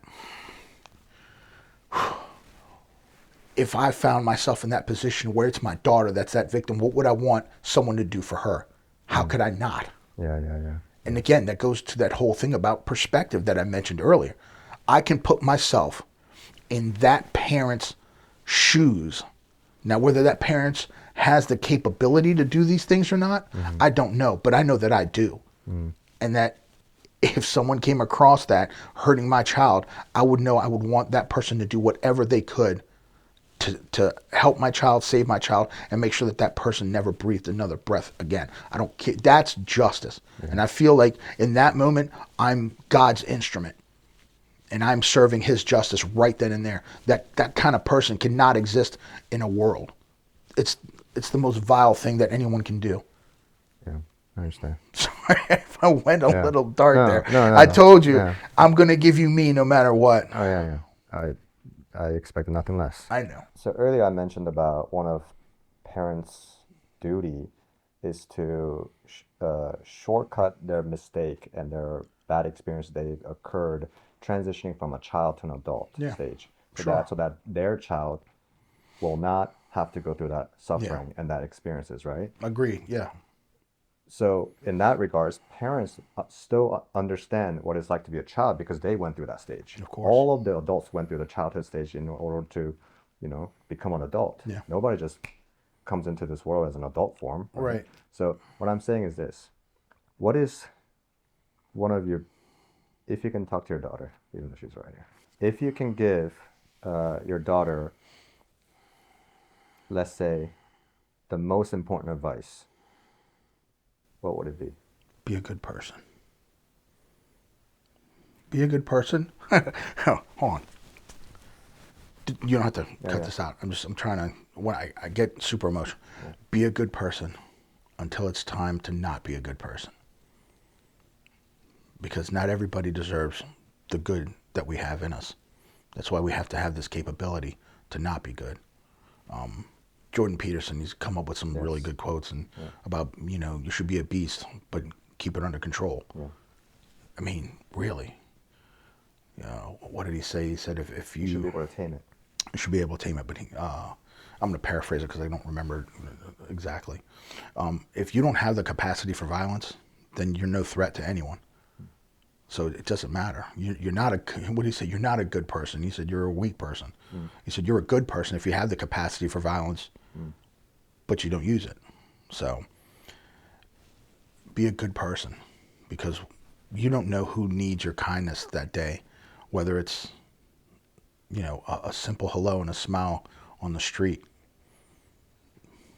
But then there are people in this world that don't deserve any good. Yeah. So, be a good person. It's a hard pill to swallow, but it is. I don't. So, bringing it back to, the martial arts, martial system, whatever. One of the things, because of the way the American Bando Association was set up here, because it's free, to honor veterans of foreign wars and stuff like that, like I had mentioned before. I don't receive payment for my time. So my time is mine. I'm choosing it to share it with people, So one thing I don't do is I don't bullshit and I don't sugarcoat. If you don't have the ability to do something and to do something well, I'm not going to tell you, oh, this is great, you're doing a great job. The problem with a lot of commercial martial arts that I see is that, I'm going to use Taekwondo for an example, and I've used this, for many times. The Taekwondo that's taught here is not like the Taekwondo that was taught in Korea and then brought over here. It is everyone's a black belt. It became very commercialized here to the point where they had something called a black belt club. Black where Belt Club? Black Belt Club. So Wow. certain I schools. didn't know that was a actual like, Yeah, thing. yeah. So certain schools, when you join there, you can either do your monthly payment for your plan, or you can pay for your black belt in advance. This is like a progressive gospel type of thing. When you give more money, then the Lord will bless you type of idea, you know? Right. So when I think of someone that has a black belt in the martial arts, I'm like, oh, this person can fight. and or like giving black belt to children. You know, I don't understand that. It makes no sense to me. I'm like, so wait a minute. So this 15-year-old kid is a black belt? Okay, he's going to beat my ass. Are you sure about that? You know, one of the things that I felt about the Bando system is, and this was told to me by some of my instructors, my mentors, is that if you have a black belt in this system, you have to be able to defend it. We would have schools come in and challenge us and stuff like that. And this was, you know, towards the end of that type of situation. Now I know that in jiu-jitsu, some of those guys, you know, at least with the Gracies, especially down in Brazil, where they would go around and, you know, they would come in there and challenge and stuff like that. Like the challenge, the martial arts challenge was a thing. And when they would come in to challenge our school, we would put our white belts, our green belts, against some of these schools, you know, higher ranking belts and black belts. And we'd put it on them. I mean, we put it on them. That I can remember, nobody ever came into our school and was successful in challenging us. And this was the quote unquote Bando way for me. So when I think of someone that has a black belt in their system, I'm like, you have to be able to defend it no matter what it takes. It takes away the very like the title of it. You know what I mean? The black belt means that you're at the master uniqueness level, of it. right? Yeah. So my particular journey in this martial art, this martial system of Bando, is a little bit different than some others. Mine took a longer path because I saw some of the people, and this is no disrespect to anyone. I mean no disrespect to any of my Bando brethren. That some of the people that I saw getting their black belts, I'm like, they can't fight their way out of a fucking wet paper bag. I don't understand this. It makes no sense to me. But I was immature then. I realized that there are different paths to getting your black belt in Bando. We have certain people in Bando that are historians that are keeping all of this knowledge, this vast well of knowledge that Dr. G has shared amongst all these different people. And it's from a lineage that comes from way far back. You know, this ring that we get in the Bando system, it dates back to 440 AD. You know, from the Pagan Empire. You know, when you saw a ring like this was part of the Emperor's Guard that wore these. So it has a very long history as far as the world goes. But then that has to be preserved. It can't be just brute force that preserves history, because some people are better suited towards the martial aspect of it, and some people are more suited towards the art aspect of it. I'd like to think that maybe perhaps I'm becoming a little bit more monk as I get older, but the warrior ways, especially if that's the way you came up, it's hard it's hard to let go of, man. It's like violence is my go-to. Like that's what I think of first, and it's hard to go, wait a minute, let me kick it down a different notch. Let me take it down a different speed, and let's approach this from a different angle. Like I have to literally have this conversation with myself, because the flash that I see in front of me, I'm like, okay, this is what's going to happen. I'm like, oh wait, I don't want to go down that road. Let me slow down. So with the martial arts, if you give someone their black belt, they come in the door knowing that they're getting their black belt. That's a false sense of security. That's what this all boils down to. Anyone that I've ever taught, I'm not giving them a false sense of security. I'm not going to inflate their ego and say, oh no, you're great at that. You're doing a wonderful job. I'm like, no, you look like shit. Let's tune this up. Let's find your strength and focus on that. And we're still going to work on your weakness to bring that up too, because you're only as strong as your weakest link, right? So one of the things that our instructors did with us, and this is the way they taught everyone, we all learned how to fight southpaw. I remember this. I remember put your stronger hand forward. You're putting your strong hand forward. Yes. So now your jab, you're just a lead right hook for me because I'm right-handed. Right. Now I have the ability right off the jump. The distance covers, you know. Yes, but I have the power hand is up front. But then I develop my left hand. And what people don't understand that concept, and it's foreign to most people. You know, they think, oh, you're either a righty or a lefty, and it's like, no, you have the ability to do it. If you lost your right hand and you're right-handed, guess what? Now you're gonna have to eat and shit and wipe yourself with your left. You're gonna have to become proficient at it. Why do I have to lose this hand to gain proficiency here?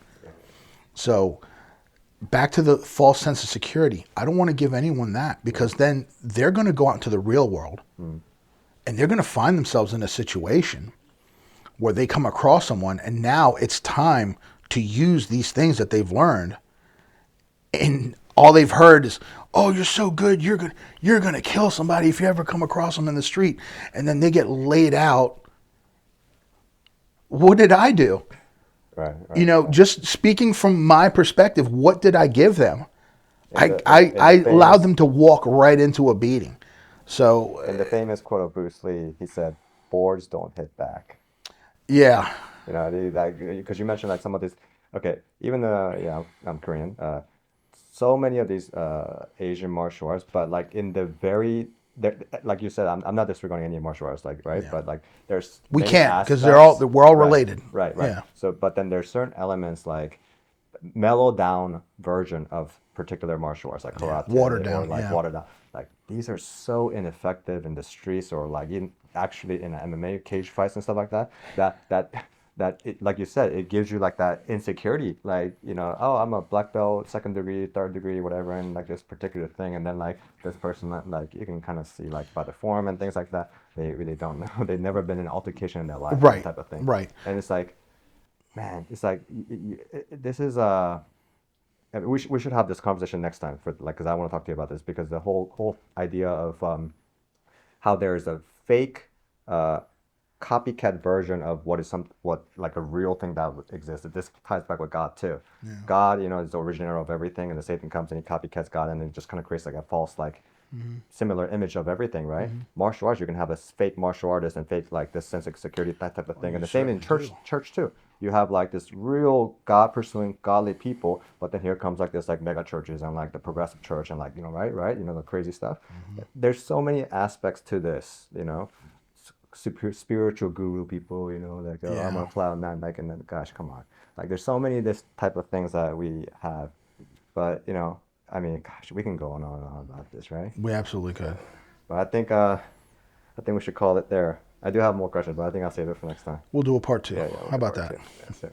Yeah, thank you, sir. Thank you, my brother. Appreciate you. Okay, thank you. All right. I think she wants to come into the chair. That's what she wants to do.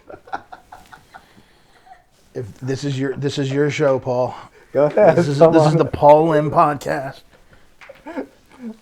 I'm actually excited that she's excited about this. Olivia, I wouldn't. Here, come on. No. Oh yeah, that's right. It's okay. Some of these cameras are gonna pick up your mic, and I have an AI software where I can, you know, it's fine. Yeah, it's fine. But we'll do a proper one next time. How about that? Yeah. Okay. So I just wanted to bring up the free will thing again with choosing God and stuff like that.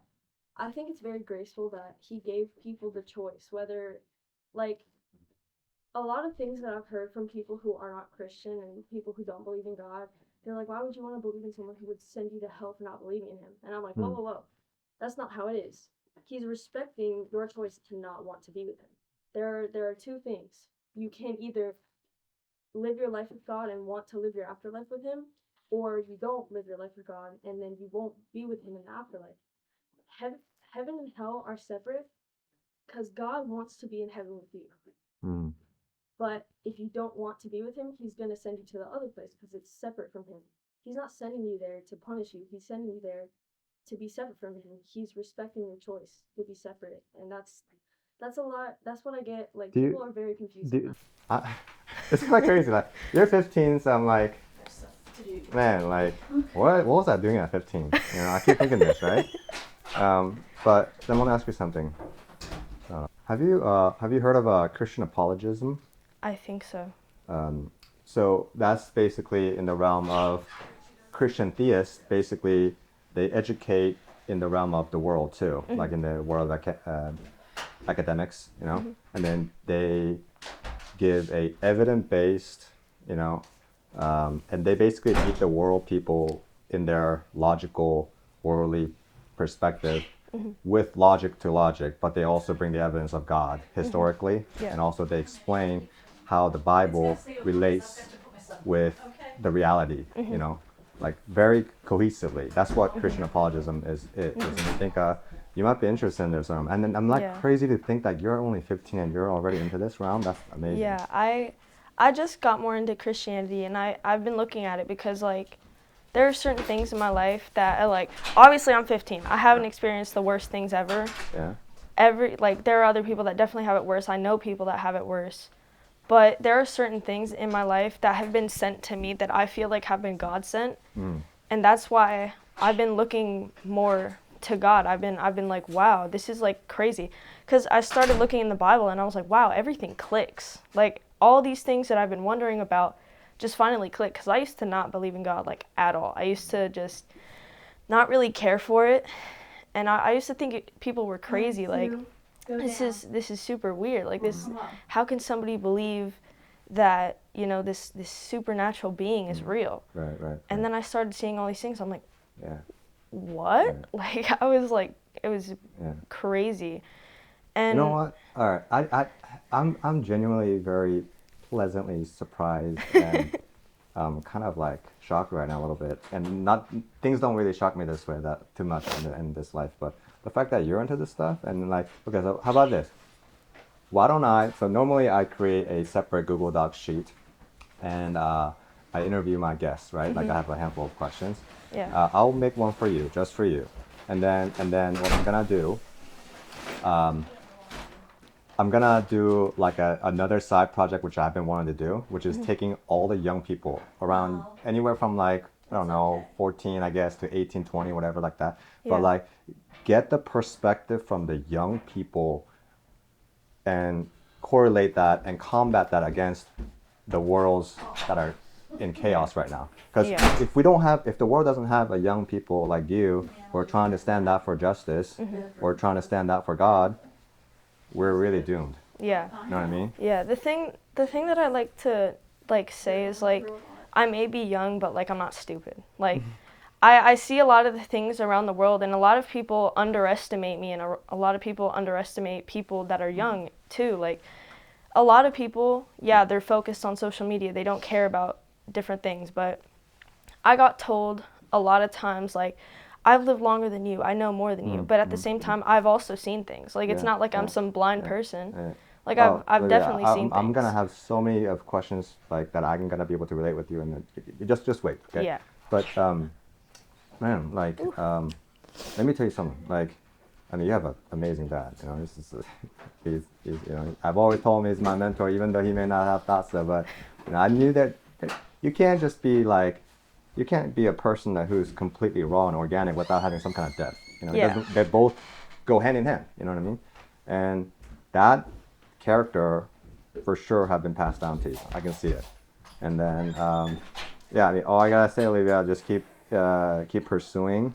And now that you have my, you know, channel, whatever, you can freely come and check it out every now and then. And then I'm gonna get together more with your dad. You know, when you guys come back up here. And yeah. And I mean, this is super exciting, you know, and I mean, I definitely had like, I have always loved logical. Okay. I've always loved logical and like, you know, just logical conversations and like deep conversations, because I'm all for goofing out. I love being goofy, funny, making jokes, but at the same time, I also like having friends that I can sit down and talk to, like with a real conversation. Real conversation. Like, I don't get that a lot, cause. All right, cool. Hey, but one thing, can you look at this camera right here, right under the lens, and be like and subscribe? Don't forget to smash that like button. Like and subscribe. You heard it. Heard it here first. Thanks. All right.